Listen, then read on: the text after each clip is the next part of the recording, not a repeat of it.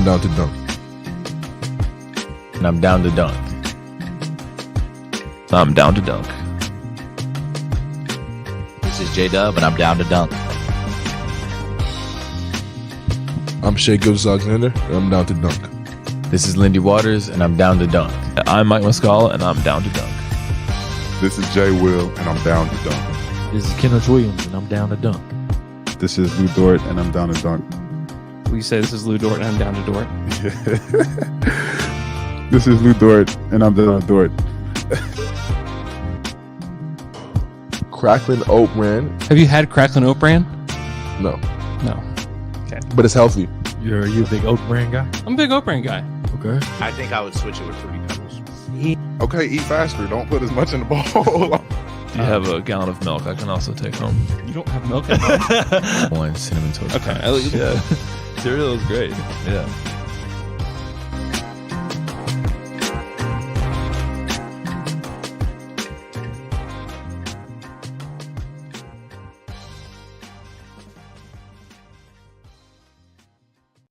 Welcome to Down to Dunk. I'm your host, Andrew Schleich. We're part of the Athletic Podcast Network. With me is nobody. I'm just by myself today. It was a tough scheduling day after Down to Dunk night. And I thought maybe there was hope that Alex could join me, but he's got a busy day today. So I'm just going to answer a bunch of questions. You guys always deliver, and I appreciate that. Man, first off, I just want to express some gratitude for last night to everybody that showed up to Down to Dunk night. We had a great time over at the Tap House and then over at the game. It was a fun game. It was better than last year's game, where maybe we're moving closer to actually getting a win on Down to Dunk night. Maybe next year we'll actually get a win. But they played the Nuggets and played them pretty well, had a competitive game, and then just kind of unraveled down the stretch. But it was an incredible time. And then we had our half-court shot contest. I will have the picture posted somewhere, probably on different social media platforms at some point, either today or tomorrow, I would guess. So if you want a copy of that, that's not from Twitter, I can probably send you a high-res one if you want to just DM me if you were there. I would like to have that. So don't know when I'll get that, but I should get that relatively soon. So again, just thank you. It just means it means so much to me and to the other guys to be able to do something like that. Thanks to the Thunder for putting that on and kind of running point on that. That was really great. Shout out to Mac Maddox as well for all of his hard work on Down to Dunk night.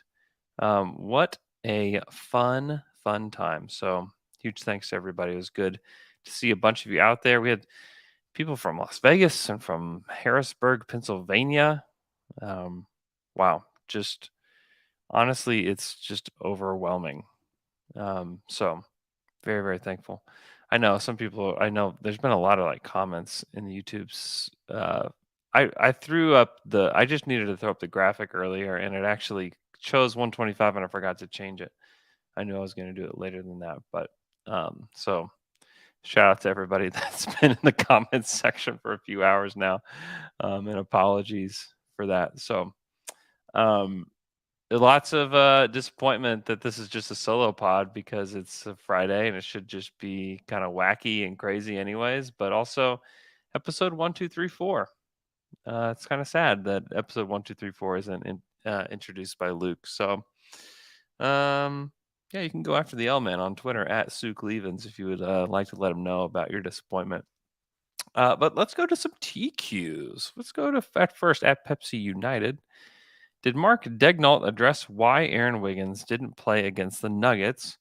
It's pretty odd to not play a healthy young player with the best offensive defensive rating on the team.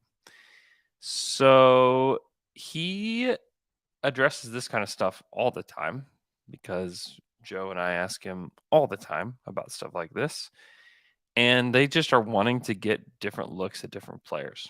This is just what it comes down to. It's not necessarily how they feel about Wiggins. I would also say that numbers like offensive and defensive rating a couple weeks into the season are pretty fleeting. So I wouldn't I wouldn't use those. And then offensive and defensive ratings for individual players is also just kind of not the best way to go about it. So I don't think they think much about those ratings anyways. I'm not sure how much that goes into the evaluation. So I wouldn't necessarily say that they're sitting back and thinking about that. But yeah, Wiggins doesn't play. You get a little bit more Jalen Williams. You get Kenrich Williams, who didn't play the other night. It's almost like it's Wiggins or Kenrich at this point, is what it seems like. And they wanted to get Kenrich in there, who played some decent minutes. But yeah, overall, I mean, it's just Shea again. Lou had a decent night from the field, not from three, but from the field, had a decent night. Shea just continues to be ridiculous. I'm sure we'll get to some questions about that. But his line, 37, 4 and 3 with 2 steals, 4 turnovers, 11 of 11 from the free throw line, 0 for 0 from 3. Just didn't even take one. 13 of 17. 37 points on 17 shots. The efficiency is just through the roof. Just outrageous. Had been to that point, Epinelf and King are Zion and Shea shot chart twins. They were last night, man. Everything was at the rim last night. It is wild. Let me see if I can actually pull his shot chart up and put it up here on the stream, because it is just it's extremely interesting. It truly is, to look at what he did. I just continue to be very impressed with Shea. Michael Malone called him unguardable last night, and it's true. He is on another level at this point, and it's pretty cool to see. Let me see if I can share my screen. Window. Sorry, this is terrible. Podcasting preview. Oh, it's not letting me do it. Okay, sorry. Not worth it. Not worth it for the pod. Okay. So, but yeah, Shea's just taken everything at the rim. I mean, it's just all these little green circles all around the rim. Like no X's, just all greens around the rim. Then a few middies in there. Very few X's. It's unreal. It has been quite an experience watching Shea evolve this year. Let's see. At Trav_is_funny. Trav was at the Down to Dunk night with his daughter. It was very fun to see Trav again, and for him to bring his kids along. I brought my kids as well. So that was very fun. It was very, very cool to see. So shout out to Travis for being there. Any chance of another DTD night this season, or is it more of a once in a season dealio? It's probably a once a season thing, I would say. But, if they're more competitive down the stretch, maybe we would consider doing another one. But I think it's probably just a once a year thing. But we'll do more events. I'll say that. So we'll do more events for Down to Dunk. That should be fun.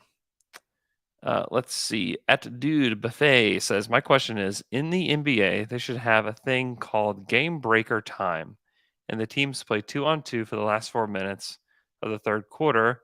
They also turn on all the arena lights and black lights and let me DJ. No or yes? No, this is absurd. Why would they do this? At Will C. Galbraith, where will Shea rank all-time among Thunder players when his career is over? Ooh, I think Will was at Down to Dunk Night as well. What's up, Will? All-time. So you have to consider Kevin and Russell at the top. Russell, then Kevin. And then you had players, like great players that had short stints. Like you had your one Chris Paul year. You had a couple years of Paul George. I think he'll surpass them. I would say if all goes well, third. If things get crazy and we start like making the conference finals and stuff like that, you could consider him second. It's going to be tough. Like he's going to have to win the MVP. He's going to have to do a lot to surpass Russ and what Russ did over his career. I know it's easy to malign Russ today, but like he's the greatest Thunder player of all time. And it has to do with longevity and what he's able to do.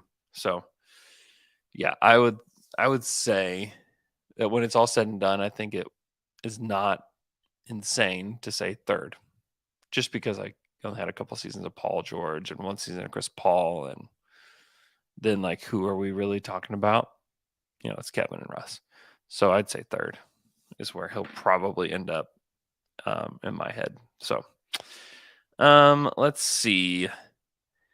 Why do you think the Thunder are getting off such slow starts offensively? This is from Bryson Crank. At the beginning of games, I was listening to the broadcast on NBA TV last night, and they mentioned the fact that once you're down by that much, you have to be almost perfect to come back. And to that point, you're probably pushing yourself too early, too hard for a young team who don't have the legs for all that.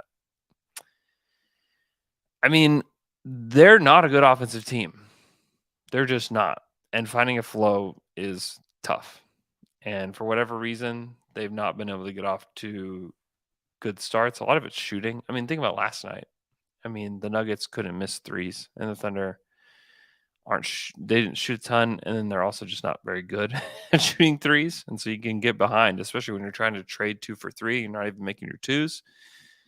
They'll get off to better starts than this, but just like keep in mind, this is a bad offensive team. This is one of the worst offensive teams in the NBA, and it takes them a minute to get into a groove. And part of that is these guys are young.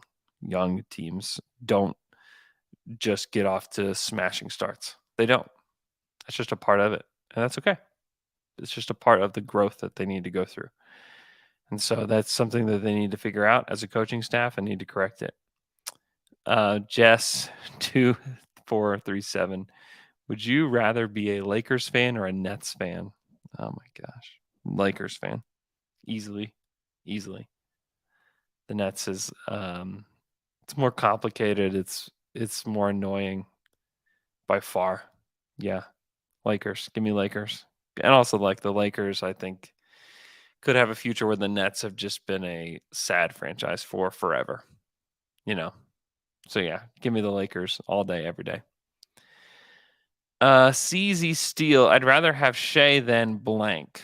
Which all-stars or all NBA players do you think Shea is better than right now? Oh man. Okay, let me pull up the leaderboard here and see. So I would rather have Giannis and Luka for sure. I think I'd rather have Ja than Shea. I think I'd rather have Tatum than Shea. And then, are there that many more? I mean, I don't want to seem weird about that. Zion is interesting. I would rather have Shea than Zion just because of the health stuff and just the volatility of Zion anyways. And just the fact like having a creating guard is just better. So it's tough. Like I would rather have him than Kevin Durant today just because of age. I'd rather have him than Donovan Mitchell. I just think Shea's going to be better than Donovan. I like Donovan Mitchell a lot. Better three-point shooter a lot. There's a lot of things that are better, but I think I just like Shea better. I'd rather have him than Dame just because of age. Steph because of age. Booker is interesting. Booker's not that much older than Shea. Booker is probably a little bit better player than Shea is today. Well, maybe not. I don't know. They're close, but give me Shea. I like his style of play better. Trae Young is an interesting one. Trae doesn't play any defense. Give me Shea. Kyrie Irving. Don't even have to say anything else. Jaylen Brown, no. Pascal Siakam, who's been awesome, who I think is going to make all NBA again. But no. LeBron, too old. Desmond Bain, it's cool, but no. We're entering the range of no. He's up there, and I'm too close to the situation. I think if you offered Cade or Shea to the entire league, I mean that's interesting. I think probably a lot of people would still say Cade, but I don't know how many people watch Shea this year. I think Shea has definitely been better than Cade this year. So yeah, Jokic. I'd probably still take Jokic. Jokic is still pretty young, so I'd probably still take Nikola over him. But yeah, there's not a lot. He's gotten really, really good, and if he can stay at this level, he'll be an all-star, like certainly. And then it just depends on how many wins the Thunder get if we're talking all NBA. Like he'll be at least a part of the conversation if he plays like this. Now this is a pretty high standard, so we'll have to see how he does. Let's see. Adort Poi says, who's the best driver, 2022, Shea or young Russ? Boy, that's like saying, do you like jazz or speed metal? It's like, what's better, jazz or speed metal? Well, they're both depends on the person, right? They're both incredible, but they're so different that it's hard to like truly compare, to like really make the comparison between the two. Russ was just inevitable, right? The power, the speed, the ferocity, just like sheesh, like he was something to behold. It was crazy watching him play. And Shea is more just it's beautiful basketball to watch because he's just in and out and stop and go and just up. And I mean, it's just all over the place. And it's left and right. And the skill level compared, not that Russ isn't skilled. Russ is very skilled. But the skill level is just different. It just is a different feel. Where Russ is just like all power, you're going to die, speed metal. And Shea is just like jazz, lull you to sleep, find the pocket of, air and just take shots. He's like more of like an old school traditional shooting guard. There's a lot of good things about it, but saying who's better, I don't know. It's too hard to make truly say which one it was. Okay, let's see. At Ali Karamazov, sorry, Ben Glover. Should I be concerned about Giddey? His numbers are fine except for the rebounding, but my eyes tell me that he doesn't know what to be when SGA is out there. It's so early. It's so early. I mean, the minute count, let me see if like cleaning the glass is even updated to where there's even any stats on those two playing together. Because like there's not enough lineup data to even say that what is what. And if there's not even enough lineup data to say what is what, then you don't have enough of a sample. So I mean, like your concern level like should be like pretty low because we haven't seen him play. And also, these guys are still pretty young.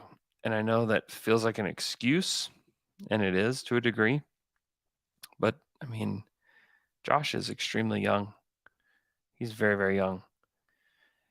Yeah, it is a mixed bag.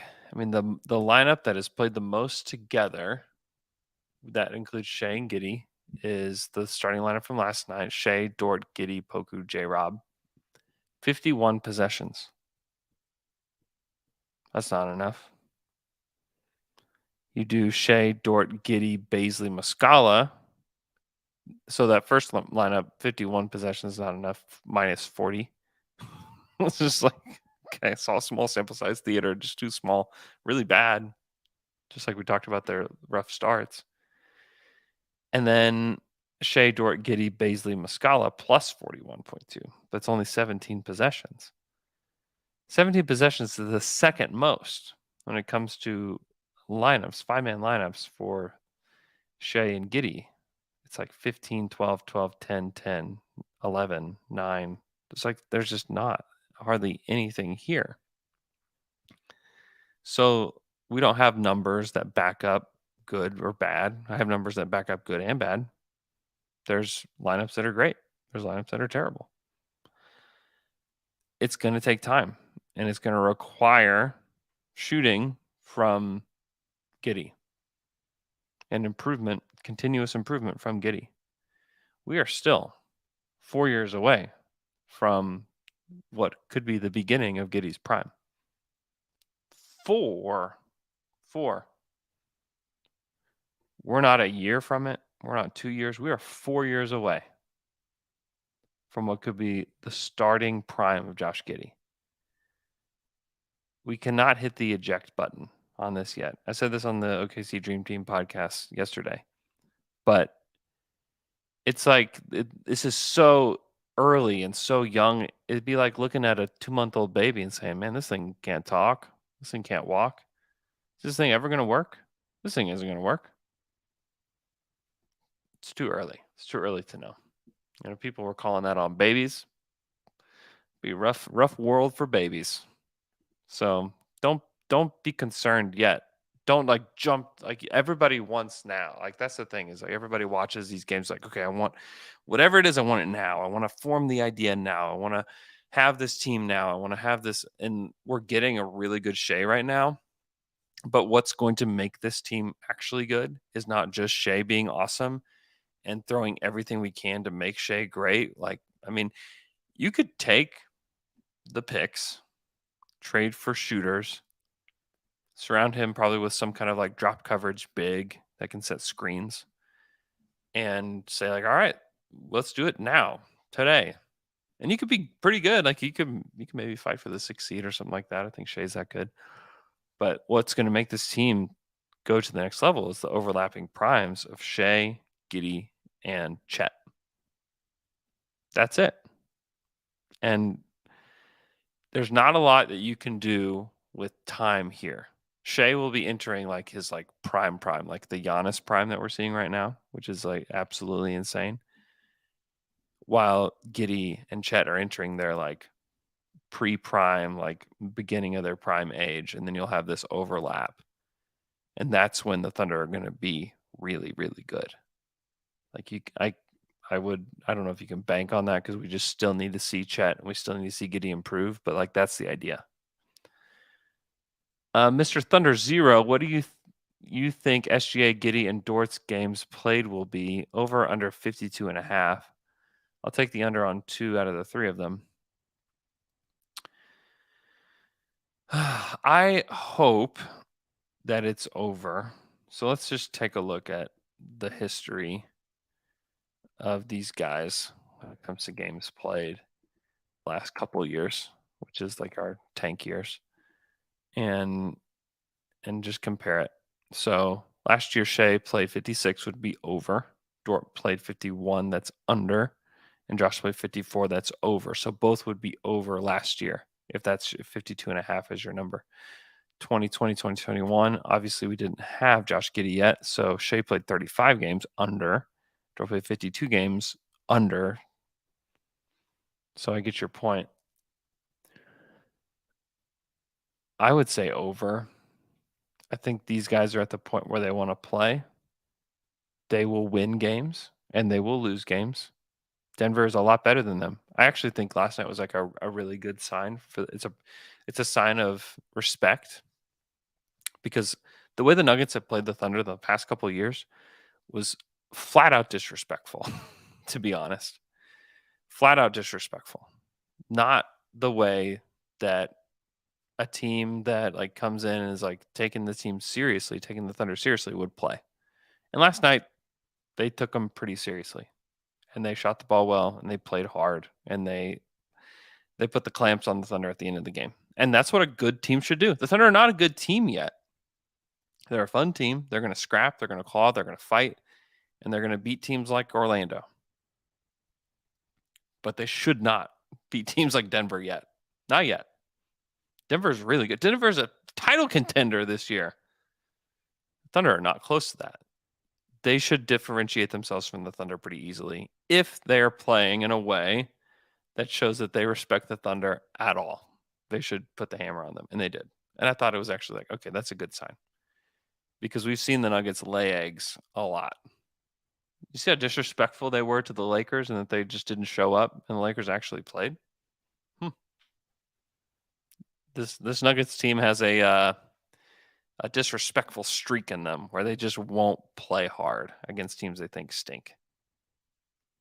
And they did not play that way against the Thunder.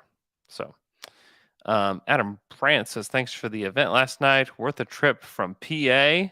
And I won't forget, man, Adam, thank you so much for Adam flew here from Harrisburg, Pennsylvania. That's the capital of Pennsylvania. Wow. Amazing. It's overwhelming, honestly, that you would do that. So thank you so much for joining us. It was great meeting you guys. And I love it. I love doing Down to Dunk Night. It was so much fun. Thanks so much for being here. Let's go to the next question at sauce_Shipadin. Shea has been scoring 30 plus a night while barely making any threes, and he's being super efficient too, despite that. Do you think this is sustainable? Do you think Shea can be a superstar who relies mainly on his driving, mid-range defense, or does he need the three? It's a great question. I think he needs the three. I do. I don't think this is crazy sustainable. There are very few stars that play like this. DeRozan is one, although Shea is like played a lot better defense than DeRozan really ever has. But we know Shea can shoot threes. Like, I'm not concerned about it. He is in the laboratory working on his mid-range game right now. You know, Shea will tell you, and it tells us all the time, that he is still developing and he's still getting better. So he's not a finished product by any means. And so we saw him kind of experiment with his three-point shot a lot last year, and it kind of led to some bad shots and some rough shots. And now we're seeing him kind of put his mid-range and his driving game together even more, like he's mastering it. In order for that all to come together, shooting the three is going to be part of it, because when you get into a playoff series, you're going to have to hit threes. You just do. You can't trade 2 for 3 every time. You will lose. You will. And so you either need to generate threes or you need to make them yourself. And he's going to have to make it himself. I mean, LeBron James is a great example. LeBron has to shoot threes. He has to. He absolutely has to. So yeah, it's a great question. This current version of Shea is super fun, though. Really, really fun to watch. Abigail Devella 25, his question is, Poku? Poku had some really nice moments last night. I think he missed all of his jumpers, which is fine. Like, it's okay. I actually liked almost every shot that he took. But he's continuing to improve, and he's not going to have these 16.8 rebound nights every time he goes out, but he's improving. And it's good to see. At Simon Diamond 20, please rank these SGA nicknames: the Him Reaper, the Real Him Shady, Himmer for Debt, Himmy Cooks, just a Drake song, Maple Mamba, Himmer Time. I think I don't know which one of these I like. I don't like the Him Reaper. It feels too much like Kevin, so I'm like out on that. The Real Him Shady feels weird. No. Himmer for Debt. It's like he's not Jimmer for. I mean, I'm too old, honestly. I'm sorry. At Ali, it's the same one. Ben Glover. No one will trade Victor, but how much future draft capital would you use to move up to 2 or 3 in this draft? All of it. Not all of it, but 10 picks. I don't know. A lot. I mean, how many picks should the Memphis Grizzlies given up to get up to 2 to get Ja if they didn't get Ja? I would advise them all of them. So I think that's what this kind of draft is. I also don't think that number 2 is going to be up for grabs. I don't know that number 3 is either.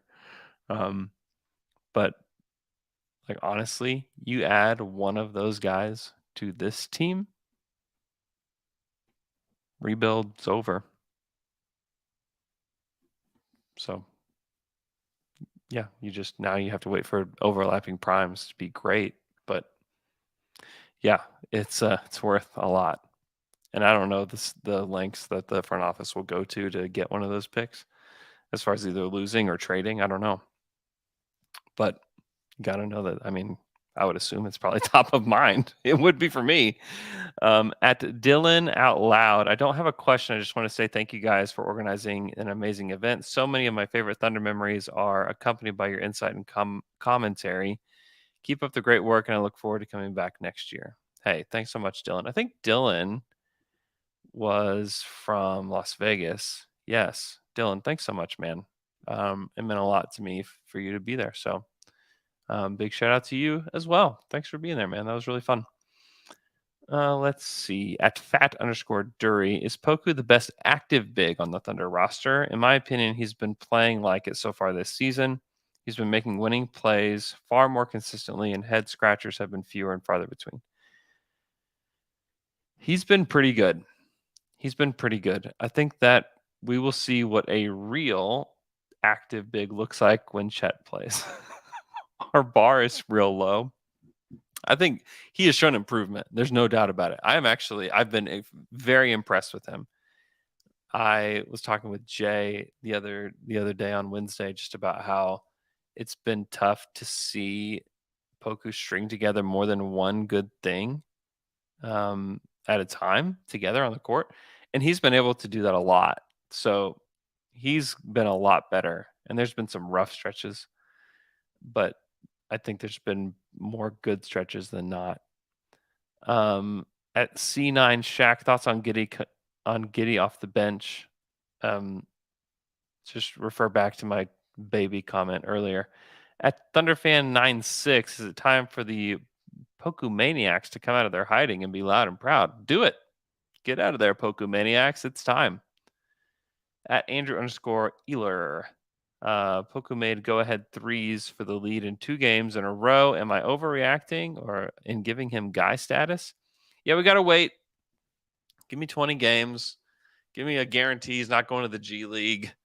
But he's looking pretty good. I'm feeling pretty good. I'm leaning guy. Mixter010_. How do you think Shai and Josh can become cohesive in a modern-day offense? Also, can we rely on Shai playing this great offensively and defensively long-term, or the Thunder look towards more of a team-oriented play style? Love the pod all the way from New Zealand. Thank you, Mixter. Oh, man. Lots of questions in here. How do they become cohesive? It's one through playing together, and no, they can't rely on Shai doing everything. I would advise them not to do that. I think very few players have been heliocentric like this and won titles. It's LeBron. Kobe couldn't do it without Powell or without Shaq. I'm talking about one of the best players of all time. Couldn't do it. So no, and when you add Chet into this and Giddey, like, no, you can't just hand in the ball and say, do everything for us, save us, Shai. No. And I don't think Shai, I think if you talk to Shai about it, he doesn't want that. I mean, one of the first things he said to me in that preseason interview was that he was working on his off-ball game. So, one, he's very willing to do it. But it's going to take time. So give it time. And then the other question, it's got to be team-oriented. I think that's the way that Mark wants to play. I think that's the way that Sam wants to play. So, Mark has made that pretty clear in press conferences that they want them playing together. So it's just going to take time. Giddey had some pretty rough moments last night. There's also some bad calls. Just straight up bad calls. There was like a travel call on him where he just like barely lifted his foot. I couldn't even I wasn't sitting in my normal seat, so I couldn't see it super well, but I thought it was kind of absurd. But give it time. There will be moments where it will look good, and there will be moments where it won't. But that's a part of growing, and that's just going to be a part of their story if it works, is that it's going to take some time, and you just have to be okay with that. you got to let it develop. Like development is like, I mean, there's pain in it. There's, patience in it. It's not going to be easy. And I don't know. A lot of things that have not been easy for me have been like way more rewarding in the end. And so I think it's like process over anything right now. So that's kind of I would say like give it time, like not weeks or days time, but years time. And they may decide, everybody that's shouting that Giddey needs traded now, heck, you may end up being right. Or the people that are saying these are both really good players, give it time, let them mold together, they could be right. I don't know. I don't know who's right in this. I can't guarantee that that Giddey and Shea is gonna work out. One thing that I think is gonna matter, and obviously the Thunder know this, is they hired Chip England. And like you might as well make his job description Josh Giddey shooting coach. It's gonna take some time. And it's okay. Let it be for a little bit. Sometimes, like, especially in the NBA, you want it the way that it should be now, and you want it to come together quickly. And this one is not going to. And we just, as a Thunder fan base, like, we just have to be okay with just watching how it unfolds. So I don't know if that's a non-answer, but that's just my answer. OKC obstinacy. With other happenings going on in the league and this Thunder team's surprisingly positive start to the season, what would the Thunder's record need to be before the trade deadline before Press would even consider sending an offer to the Nets for Kevin Durant? Oh my gosh. Oh, top 6 in the West be enough? It's not happening, man. You can put I can there's a lot of things I can tell you I don't know. Take that one and put it in a dumpster and light it on fire, brother. Kick it down a hill. That ain't gonna happen. Spinny Prod. Do you think Shea can lead the league in scoring this year? And how proud are you of Poku? Because I'm very happy for him. I'm very proud of Poku. If he pays attention to the online conversations, even earlier this year, whew, tough. He's had to show some mental toughness to get to this point. And can he lead the league in scoring? If you look down south to what Luka Doncic is doing right now, I would say nope.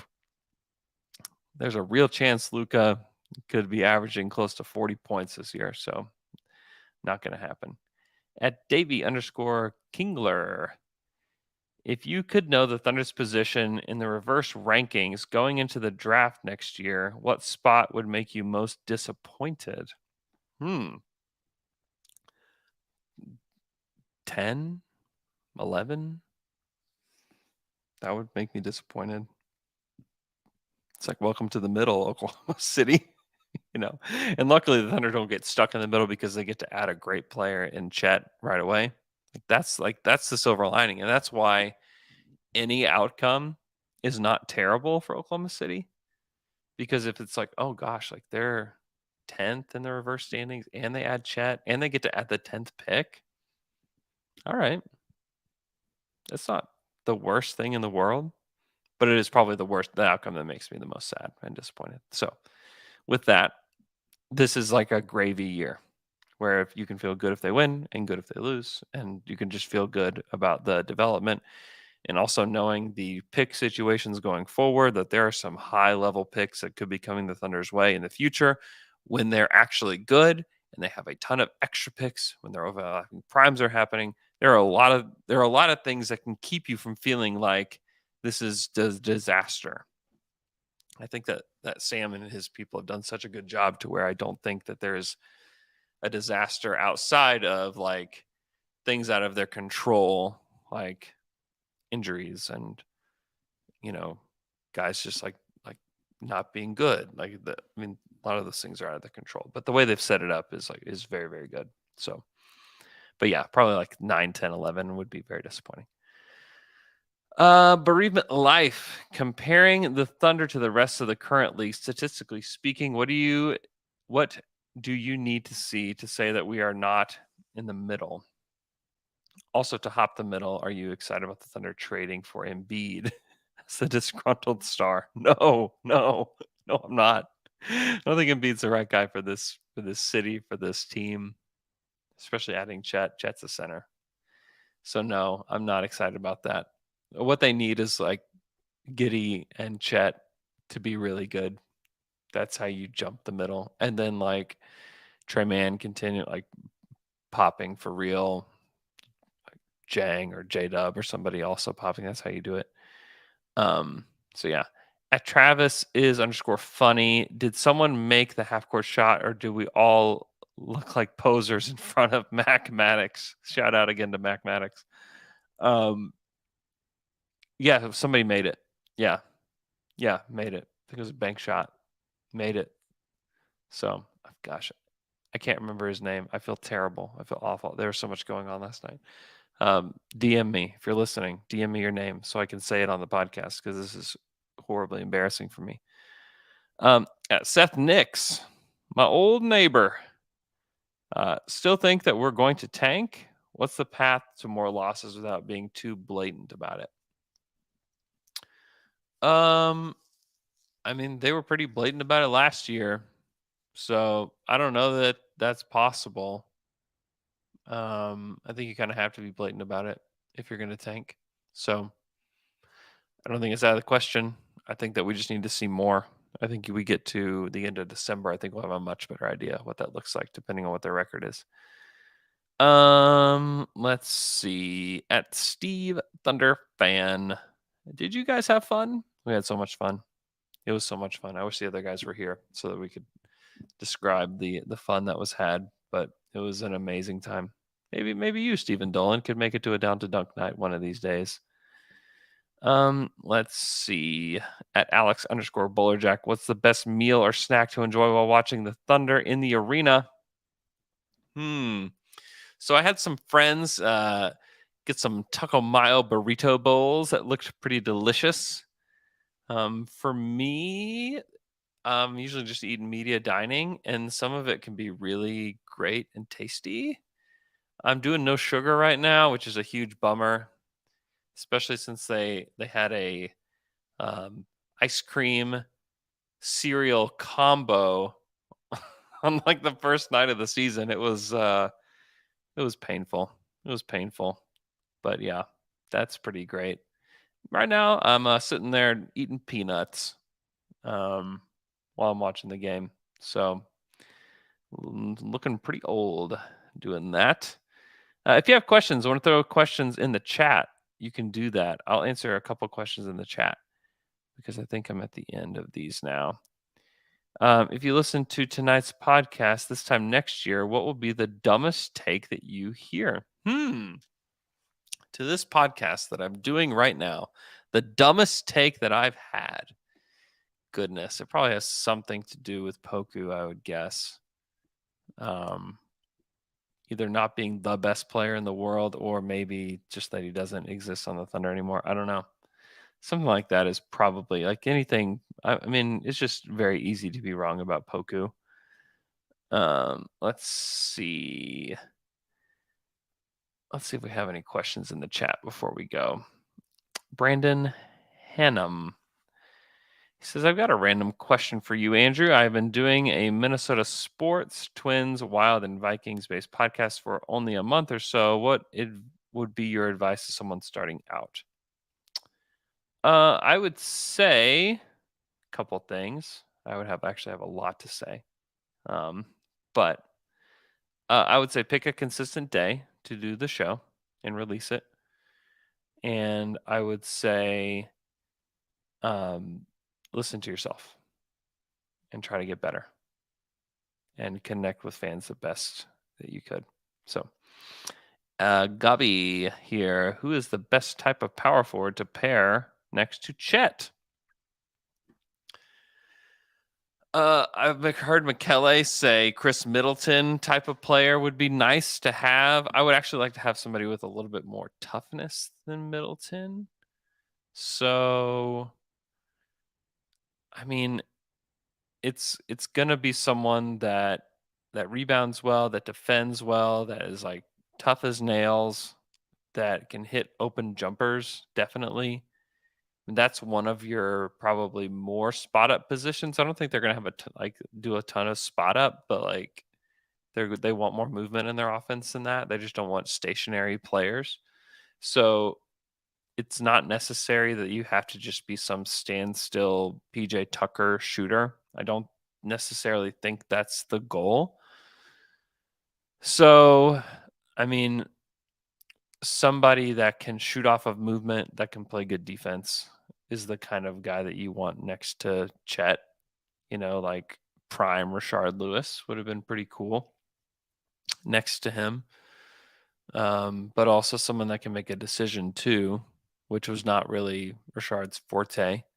Because I think like a lot of people would jump to like, well, Jabari Smith maybe would be a guy, and they would actually pair pretty decently together. But like Jabari just really struggles with like the decision making part of the game, and maybe that will change, and maybe that will get better.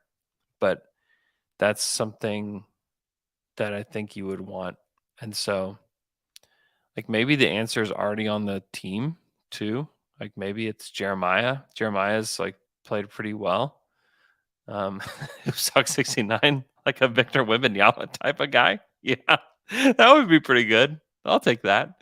That actually would work pretty well next to Chet.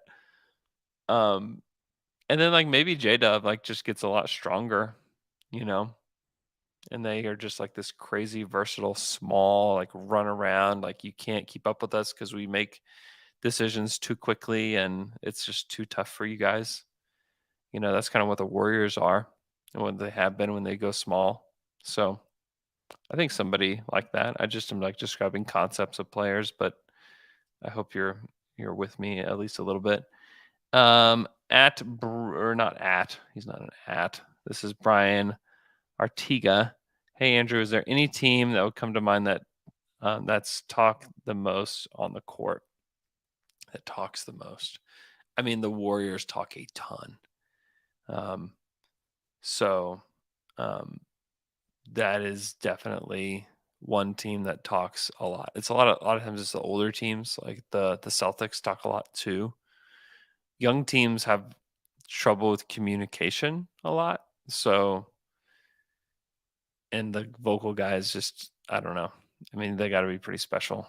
So, but yeah, it's usually a lot of the older teams that are talking more. Of the teams that we've seen so far, I'm trying to think of who talked the most. But yeah, probably just the older teams. And Gabi says that we're not the Warriors. That'll never work.